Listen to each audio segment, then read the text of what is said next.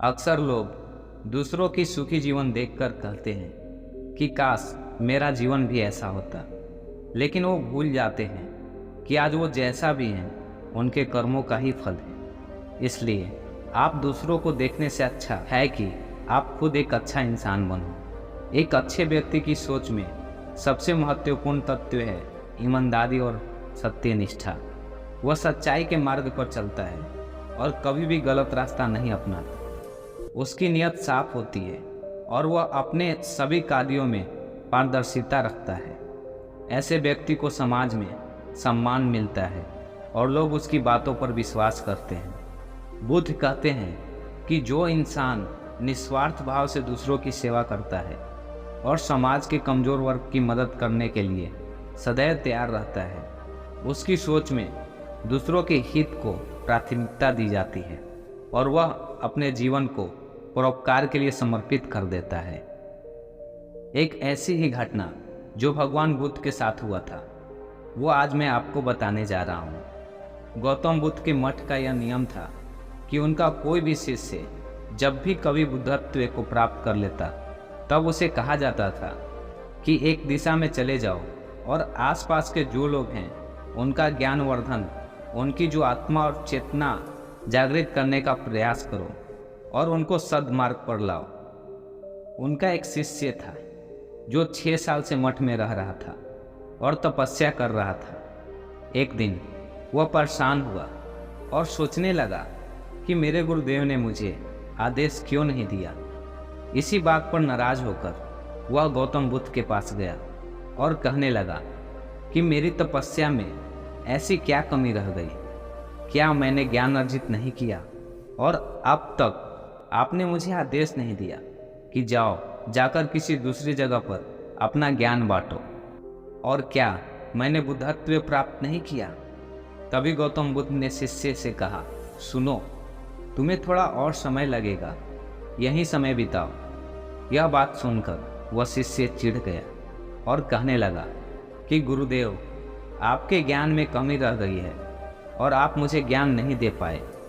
गौतम बुद्ध को लगा कि यह समझेगा नहीं और कहा, ठीक है, कल सुबह पूर्व की दिशा में एक गांव है, वहां जाना और वहां से भिक्षा लेकर आना और अपना पूरा दिन वहीं बिताना और कोशिश करना कि वहां के लोगों को थोड़ा सा ज्ञान बांटना और आकर मुझे बताना कि अनुभव कैसा रहा। वह शिष्य बड़ा खुश हुआ और उसको लगा कि अब तो बात बन गई, अब मुझे आदेश मिल गया, और वह दूसरे दिन सुबह पूर्व की दिशा में उस गांव में चला गया। और शाम में जब वापस आया तो हाथ में पट्टी बंधी थी और हाथ पैरों पर चोट के निशान थे। यह देखकर गौतम बुद्ध ने उस शिष्य से पूछा कि ये क्या हाल कर लिया। तब उसने बताया कि आपने मुझे कैसे गांव में भेज दिया और वहां पर जब मैंने भिक्षा मांगी तो लोग मुझे डांटने लगे और भगाने लगे। एक व्यक्ति सिर्फ वहां पर मुझे भिक्षा दी, वो भी जमीन पर फेंककर, और कहा कि ले जाओ इसको। इतने बुरे गांव में आपने मुझे ज्ञान बांटने के लिए भेजा। जब आप मुझे कल किसी और गांव भेज देना, मैं जा कर के वहाँ ज्ञान देकर आता हूँ। गौतम बुद्ध यह सुनकर थोड़ा मुस्कुराए और उन्हें यह पता था कि ये कुछ नहीं कर पाएगा, और कहा, ठीक है, अगले दिन तुम किसी और गांव में जाना, लेकिन एक दिन के बाद जाना और एक दिन मठ में रुके रहना। अब की बार गौतम बुद्ध ने अपने दूसरे शिष्य को उस गांव में भेजा जहां आपने उस शिष्य को भेजा था, और शाम में जब वह शिष्य वापस लौटा तो उसकी भी हालत वही थी और हाथ पैरों में चोट लगी और पट्टी बंधी हुई थी।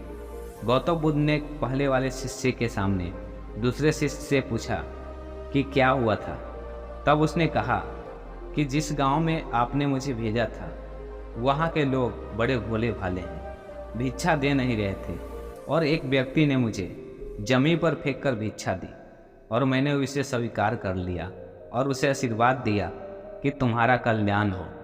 तो वह व्यक्ति चौंक गया और कहने लगा कि आप गजब के इंसान हो, मैं आपको जमीन पर फेंककर भिक्षा दी और आप मुझे कल्याण हो का आशीर्वाद दिया। तब मैंने उसे कहा कि मैं अपना कर्तव्य निभाऊंगा और आप भी बड़े दानी हैं और आपने भी मुझे भिक्षा दी है।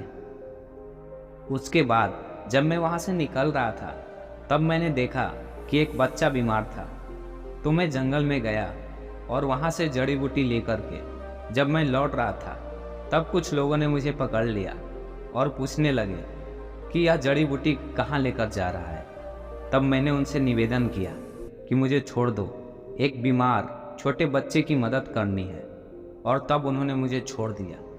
जब मैं गांव में वापस आकर उस बच्चे की मलहम पट्टी कर रहा था तो तभी गांव वाले मुझ पर हमला करने लगे। तब उस दानी व्यक्ति ने, जिसने मुझे ज़मीन पर फेंककर भिक्षा दी थी, उसने गांव वालों को रोका और कहा कि यह ठीक व्यक्ति है और इसे अपना काम करने दो। जब मैंने जड़ी बूटी लगाई तो बच्चा ठीक हो गया और सब मेरे लिए तालियां बजाने लगे।